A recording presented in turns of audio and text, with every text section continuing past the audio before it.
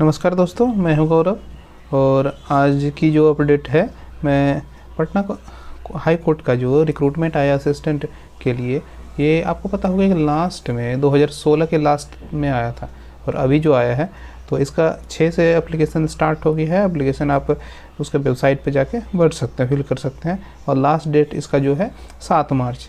और आपने कल देखा होगा कि कल नोटिफिकेशन आया है बिहार बीएड का, और बीएड का एग्ज़ाम जो है 8 मार्च को होने जा रहा है।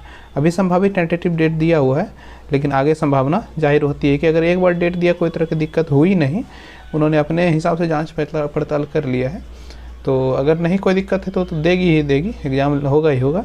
तो इसका 7 तक लास्ट डेट है और उसके बाद 30 अप्रैल को इन्होंने काफ़ी टाइम दिया है। 30 अप्रैल को इनका एग्ज़ाम होगा और इस BC, EBC, EWS इन लोगों के लिए 1200 रुपया एग्ज़ाम फी लगेगा। और उसके बाद SC ST के लिए इन्होंने थोड़ा छूट दिया है जो कि 600 रुपये है।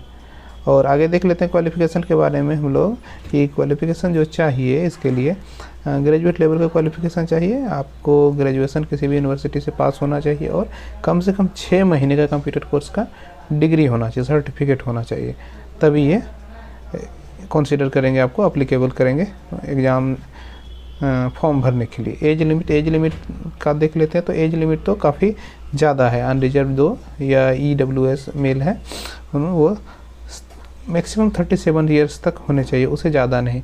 और यहाँ दे दिया है डेट ऑफ बर्थ भी 2 जनवरी 1986 से पहले के लोग नहीं होने चाहिए।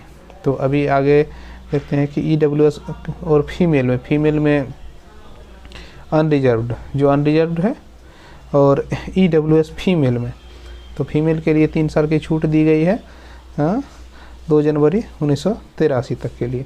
और SC ST male and female को 42 ईयर्स के लिए इनको ज़्यादा दिया गया। और OH लोकोमोटर अनरिजर्व्ड EWS जो हैंडीकैप्टेड हैं उनके लिए, तो उनके लिए 47 ईयर्स के लिए।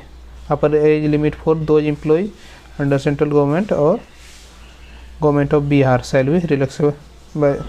अगर आप एम्प्लॉई हैं किसी भी कर्मचारी में, बिहार सरकार में या आप केंद्र सरकार में, तो आपको 5 साल की छूट मिलेगी।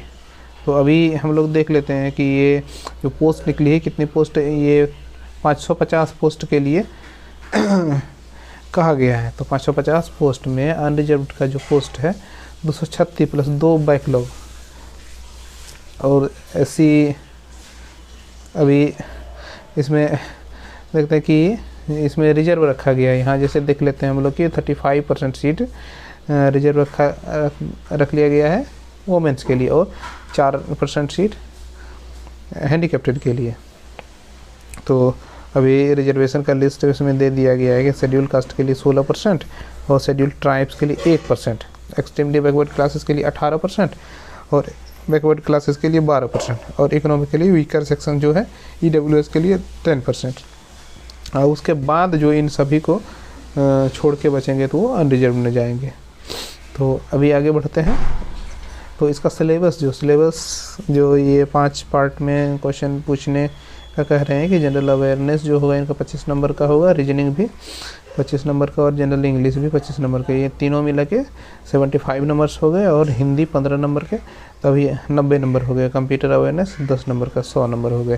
तो इसमें जो मिनिमम क्वालिफाइंग मार्क्स सबको मिला के है 40 मार्क्स आपको कम से कम लाने पड़ेंगे। अगर 40 मार्क्स नहीं आते तो ये फेल साबित करेंगे, उससे ज़्यादा ही आपको लाना होगा, उससे ज़्यादा ही कटअप तो बहुत ऊपर जाएगा। और ये मिनिमम क्वालिफिकेशन मार्क्स है, क्वालिफाइंग मार्क्स है। तो जनरल इंग्लिश जो रिटन टेस्ट होगा इसके बाद का, ये तो प्रिलिमिनरी टेस्ट हो गया ऑब्जेक्टिव टाइप का, और अब इस बार जो होगा रिटन टेस्ट होगा मेंस में। तो मेंस में डिस्क्रिप्टिव होगा इंग्लिश का 60 नंबर का और हिंदी डिस्क्रिप्टिव 40 नंबर का। तो इंग्लिश डिस्क्रिप्टिव में लेटर राइटिंग, ऐसे राइटिंग, तो इस तरह की कुछ क्वेश्चन दिए जाएंगे कुछ टॉपिक्स पे, करंट इवेंट जो घट रहे हैं या फिर किसी पे निबंध लिखने के लिए दिया जाएगा। तो उसका एक फॉर्मेट होगा जो अभी इन्होंने रिलीज नहीं किया कि क्या कैसे पूछेंगे। और जनरल हिंदी में तो वही चलता है कि अभी जैसे सारांश लिखना, लेटर राइटिंग और निबंध लेखन, तो इस तरह की बातें होती हैं। तो उसके बाद देख लेते हैं कंप्यूटर प्रोफिशिएंसी टेस्ट, तो उसमें क्वालिफाइंग नेचर वो कंप्यूटर पे ऑपरेट आप कर पाते हैं या नहीं कर पाते हैं, उनका टेस्ट लिया जाएगा। इंटरव्यू होगा 10 नंबर का, 10 नंबर के सवाल पूछे जाएंगे कुछ कुछ आपको उससे रिलेटेड, जिसमें कम से कम आपको 3 नंबर लाना अनिवार्य है। उसके बाद जितना भी नंबर लाते हैं वो जुड़ के सारा आपका मेरिट लिस्ट में ऐड होगा, उसके अनुसार आप शॉर्ट लिस्टेड होंगे। अब मोड ऑफ सिलेक्शन कैसे है अभी देख लेते हैं हम लोग की। प्रीलिमिनरी टेस्ट जो multiple choice question based objective type का होगा, तो उसमें 40 नंबर का कम से कम 40 नंबर लाना पड़ेगा। उससे ज़्यादा जो भी लाएंगे तो वो सीरियल वाइज आएंगे। उसके बाद उनको रिटन टेस्ट के लिए एलिजिबल किया जाएगा, तो रिटन टेस्ट डिस्क्रिप्टिव टाइप में देंगे। उसके बाद कंप्यूटर प्रोफिशिएंसी टेस्ट, इसमें कोई नंबर नहीं है लेकिन आपको देखा जाएगा कि कंप्यूटर का नॉलेज इनके पास है या नहीं है। उसके बाद इंटरव्यू, तो इन सभी का नंबर को जोड़ के आपका लिया जाएगा। उसके बाद जिनका नंबर ज़्यादा आएगा उनको दिया जाएगा वेटेज। अभी देख लेते हैं एग्जामिनेशन सेंटर जो 15 एग्जामिनेशन सेंटर है पटना, भोजपुर जो कि आ रहा है भोजपुर में, और नालंदा बिहार शरीफ नालंदा में, और गया, औरंगाबाद, जहानाबाद, नवादा, भागलपुर, मुजफ्फरपुर, वैशाली, ईस्ट चंपारण में मोतिहारी, और दरभंगा, बेगूसराय, सारण में छपरा, पूर्णिया, लगभग हर जगह इनका सेंटर है ही। तो आपको जहाँ सुविधा होती है वहाँ, और ऐसा नहीं है कि एग्जामिनेशन वैसे ही लिया जाएगा वैसे सेंटर पे जहाँ आपको नज़दीक हो। तो अभी देखिए सबसे बड़ी बात इनका है कि ये ग्रुप बी का जॉब है, और ये इनकी सैलरी काफ़ी अधिक है। अभी इनका पेमेंट का हम लोग बात देख लेते हैं। तो पेमेंट पे यहाँ देख लीजिए आप कि online application are invited from eligible candidates, और 550 पोस्ट के लिए यहाँ पे है। और अभी आगे देखते हैं कि ये जो है असिस्टेंट ग्रुप बी का जॉब है, और लेवल 7 में आता है, लेवल 7 में। और इनकी जो स्टार्टिंग से ले 44,900 टू 1,42,400 तक है। Pay matrix 7 high court officers and staff recruitment, appointment, promotion and other condition services conducted. और इनका प्रत्येक 10-10 साल में प्रमोशन होगा। आप प्रमोशन होके आप असिस्टेंट से अपर जो सेंक्शन होगा उनका डिपार्टमेंटल उन पर जाएंगे और उससे आगे बढ़ेंगे। तो इनमें सुविधा भी काफ़ी है। और इनको आवास अलॉट अगर वो करते होंगे तो आवास अलॉट करेंगे, अगर नहीं करते होंगे तो आपको आवास का पैसा दिया जाएगा। इनमें गाड़ी नहीं दिया जाता है, गाड़ी आपको खुद की यूज करनी है। और ये जॉब ऐसा है कि आपको सब दिन पटना में ही जॉब रह जाएगा, क्योंकि पटना में ही हाई कोर्ट है और पटना हाई कोर्ट का ये रिक्रूटमेंट है। तो पटना में ही आपको रहना पड़ेगा, यहीं से काम करना पड़ेगा। अगर आप इस तरह के जॉब के लिए इच्छुक हैं तो आप कर सकते हैं। तो अभी आगे देख लेते हैं नेक्स्ट अपडेट में हम लोग। आज का MTS का डेट बढ़ गया है। वैसे ये खबर तो 2 दिन पहले की है, वैसे मैं आज इसको बना रहा हूँ। तो देख लेते हैं कि 17 को MTS का डेट समाप्त हो रहा था। MTS का डेट समाप्त हो रहा था, लेकिन हम लोग देख लेते हैं करीब 1 सप्ताह से ऐसा था कि कभी फॉर्म भरा ही नहीं पा रहा था। बहुत स्टूडेंट्स का कंप्लेन आ रहा था कि नहीं भरा रहा है फॉर्म, रात में भी कर रहे हैं, 12 बजे जग के भी, 1 बजे जग के भी, तो नहीं भरा रहा है। लेकिन अभी इन चीज़ों को देखते हुए इनका डेट बढ़ाया गया है। तो इसलिए अभी अगर आप फॉर्म भरना चाहते हैं, तो अगर दिन में कभी नहीं भराता है तो मैं आपको टाइम बताता हूँ, 4 बजे से 6 बजे के बीच सुबह अभी बहुत स्मूथली चल रहा है। 4 बजे 6 बजे के बाद भी मैंने देखा है कि बहुत स्मूथली वर्क कर रहा है, और उस टाइम भर सकते हैं। और अगर आपका पेमेंट फंस जाता है तो अभी ये भी कॉमन बात है, लेकिन इसमें कोई धांधली नहीं होती है कि अगर आपका पेमेंट इसमें फंस जाता है तो ये खुद ही 2-3 दिन में आपको अपडेट दे देते हैं कि उनका आप पेमेंट स्टेटस चेक करते रहिए, उनमें आ जाएगा। अगर आपका पैसा कट गया, वहाँ अपडेट नहीं हुआ है, तो अपडेट हो जाता है 3-4 दिन में। तो इसके लिए आपको चिंता करने की ज़रूरत नहीं। वैसे भी पेमेंट करने के लिए 2 दिन एक्स्ट्रा दिया गया। 24 तक आपका फॉर्म भरने का डेट है, उसके बाद 26 तक पेमेंट का डेट, और लास्ट डेट फॉर पेमेंट वो चालान के लिए जो 1 दिन एक्स्ट्रा दिया गया, चालान से जो पेमेंट करते हैं 27/2/23 तक। और डेट करेक्शन के लिए 2/3/2023 2 मार्च तक दिया गया है करेक्शन के लिए। उसमें कोई गड़बड़ हो गया तो आप करेक्शन कर सकते हैं। तो अभी हम लोग देख लेते हैं इसका एग्जामिनेशन का सिलेबस क्या होगा। सिलेबस क्योंकि इस बार चेंज हुआ है तो काफ़ी लोगों को परेशानी होती है कि क्या सिलेबस। तो इनका 2 सेशन में एग्ज़ाम होने वाला है। तो पहला जो है मैथ का 20 नंबर का और रीजनिंग का 20 नंबर का, जो 3-3 नंबर के होंगे 60-60 नंबर के, 120 नंबर के। इनके लिए आपको 45 मिनट। और सेशन 2 में, सेशन 2 जो देखिए, सेशन 1 का जो भी है मैथ और रीजनिंग, ये क्वालिफाइंग है। इसमें आपको सिर्फ क्वालिफाइंग वो नंबर तय करेंगे कि इतने में क्वालिफाइंग होगा, और आपको क्वालिफाई सिर्फ करना है। इसका मेरिट लिस्ट में ये नंबर नहीं जुड़ेगा। नंबर जुड़ेगा तो सिर्फ general awareness and English language and comprehension का। तो ये 25-25 क्वेश्चन दोनों पूछे जाएंगे। सेम जो टाइम होगा 45 मिनट्स, और 60 मिनट्स टाइम होगा जो स्क्राइब लिए हुए हैं, जो हैंडीकैप्टेड होंगे उनके लिए। आपको 75-75 नंबर का, ये जो 150 नंबर का होगा, इसके अनुसार से आपका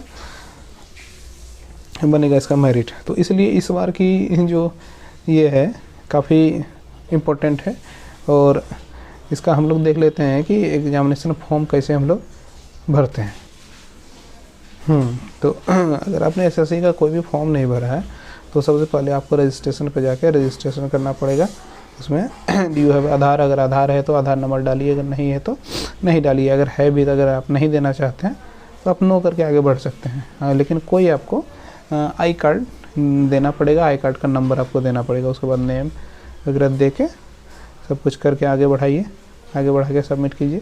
और अगर आप कुछ भी गलत डालते हैं तो फिर आपका रजिस्ट्रेशन नहीं होगा। और ये भी समझ लीजिए कि ये दोबारा रजिस्ट्रेशन नहीं होता है। दोबारा रजिस्ट्रेशन में बहुत दिक्कत हो, मॉडिफाई वाली हो सकता है लेकिन रजिस्ट्रेशन नहीं होगा। तो अभी देखते हैं जो भी, हाँ, इसको करने के बाद यहाँ एडिशनल इंफॉर्मेशन लिया जाएगा और उसके बाद सबमिट कर देंगे, और उसके बाद यहाँ से फाइनली सबमिट करें तो ये आपका रजिस्ट्रेशन हो गया। अभी पार्ट 2 में वो रजिस्ट्रेशन हो गया, वो वही रजिस्ट्रेशन आपका काम करेगा हर बार, क्योंकि एसएससी ने अब कर दिया कि रजिस्ट्रेशन बार बार नहीं होगा। एक ही रजिस्ट्रेशन नंबर जो पासवर्ड है उसी पे जितने साल में फॉर्म निकलेंगे उसी पे आपको फिलअप करना है। ऐसा कोई बाउंडेशन नहीं है कि आपको इतने ही बार अटैम्प्ट कर, ये नहीं कि 2 ही बार देना या 3 ही बार। जब तक आप क्वालिफाई नहीं होते हैं या जब तक आपका मन है एग्ज़ाम देने का तब तक आप दे सकते हैं। तो अभी देखते हैं कि फॉर्म कैसे एमटीएस वाला भरेंगे। तो सबसे पहले आप यूज़र आईडी और पासवर्ड डाल के लॉगिन करेंगे। लॉगिन करने के बाद होम में आपको वहाँ आएगा एमटीएस का, वहाँ से अप्लाई का सेक्शन आएगा और अप्लाई के सेक्शन पे आपको क्लिक करना है। उसके बाद ये फॉर्म खुल जाएगा। रजिस्ट्रेशन में जो आपने नाम डाला था वो सारा नाम वाम आ जाएगा। उसके बाद एग्जामिनेशन सेंटर से आपको फॉर्म फिलअप करने का स्टार्ट करना है। यहाँ से आप स्टार्ट करेंगे, उसके बाद सेंटर चुनेंगे। 3 सेंटर चुनने के लिए दिया गया है, और जिस रीजन में आप सेंटर चुनेंगे उसी रीजन का सारा सेंटर आपको सेलेक्ट करना पड़ेगा। अगर आपने पहला सेंटर सीआर रीजन में चुन लिया तो सीआर रीजन का ही उसके बाद आपको सेंटर दिखेगा। डब्ल्यूआर रीजन में अगर आपने चुन लिया तो डब्ल्यूआर रीजन का ही सारा सेंटर चुनना पड़ेगा। तो इस तरह का रूल है, ऐसा नहीं कि आप एक दिल्ली चुन लीजिए एक मुंबई चुन लीजिए, तो इस तरह नहीं होता है। तो अभी एग्जामिनेशन का मीडियम है हिंदी इंग्लिश जो भी। हाँ, उसके बाद देखिए सबसे बड़ी चीज़ है कि सबसे पहले आप इसको सिंक्रोनाइज कर लीजिए, क्योंकि फॉर्म भरने में सबसे बड़ी दिक्कत इसी में होती है कि देखिए इसका सीरियली आपको कैसे कैसे देना है। एक हवलदार का भी पोस्ट है इसमें, एमटीएस का भी पोस्ट है। तो जैसे जैसे आपको जिस स्टेट का प्रायोरिटी देना है तो इसमें आपको लगभग 48 से ज़्यादा ही होंगे। आप देख लेते हैं कि 4 है इधर से,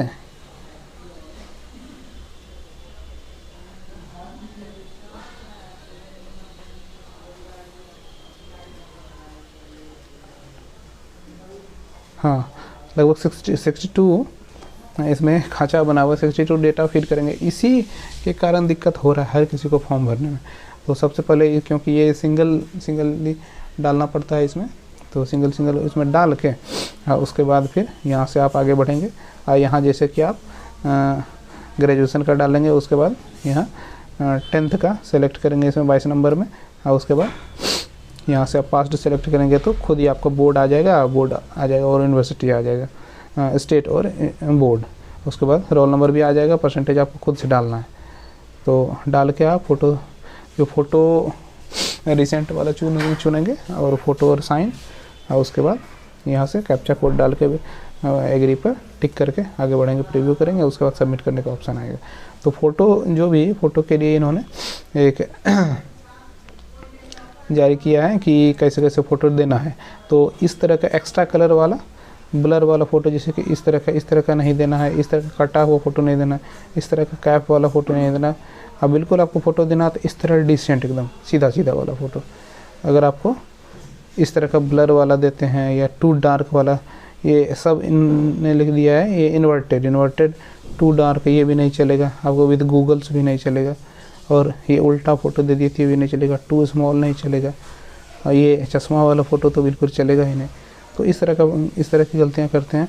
आप कुछ लोग जैसे कि कंप्यूटर में स्कैन करते तो ऐसे फ़ोटो डाल देते हैं, तो ऐसे नहीं, इसको क्रॉप करके जूम करके आपको डालना है। ऐसे जैसे साइड फेस है तो ये भी नहीं, इस तरह का गॉगल वाला नहीं। तो आपको जो भी फ़ोटो डालना है बिल्कुल इस तरह का डिसेंट फ़ोटो डालना है, जो कि पहचानने में आ जाए, और एग्जामिनेशन सेंटर पे जाएं तो आपको फ़ोटो देख के पहचाना जा सके कि यही लड़का है एग्ज़ाम देने। तो आज तक का यही अपडेट था, और अभी आगे हम लोग देख लेंगे कि बीएड का जो कल से फॉर्म फिलअप होना स्टार्ट होगा, तो उसका अभी मैं नेक्स्ट वीडियो में अपडेट दूंगा। तो तब तक देखते रहिए, तब तक के लिए नमस्कार। और अगर आप मेरे काम को पसंद करते हैं तो मेरे चैनल को सब्सक्राइब कीजिए, क्योंकि पल पल का अपडेट जो भी नया करंट और जो भी उपयोगी लगा, ऐसा नहीं कि अंडरस्टैंड कोई भी अपडेट मैं देता रहता हूँ, इस तरह की बातें नहीं है। जो भी बातें देता हूँ वो कामयाबी बातें देता हूँ। तो देखते रहिए, तब तक के लिए नमस्कार, थैंक यू।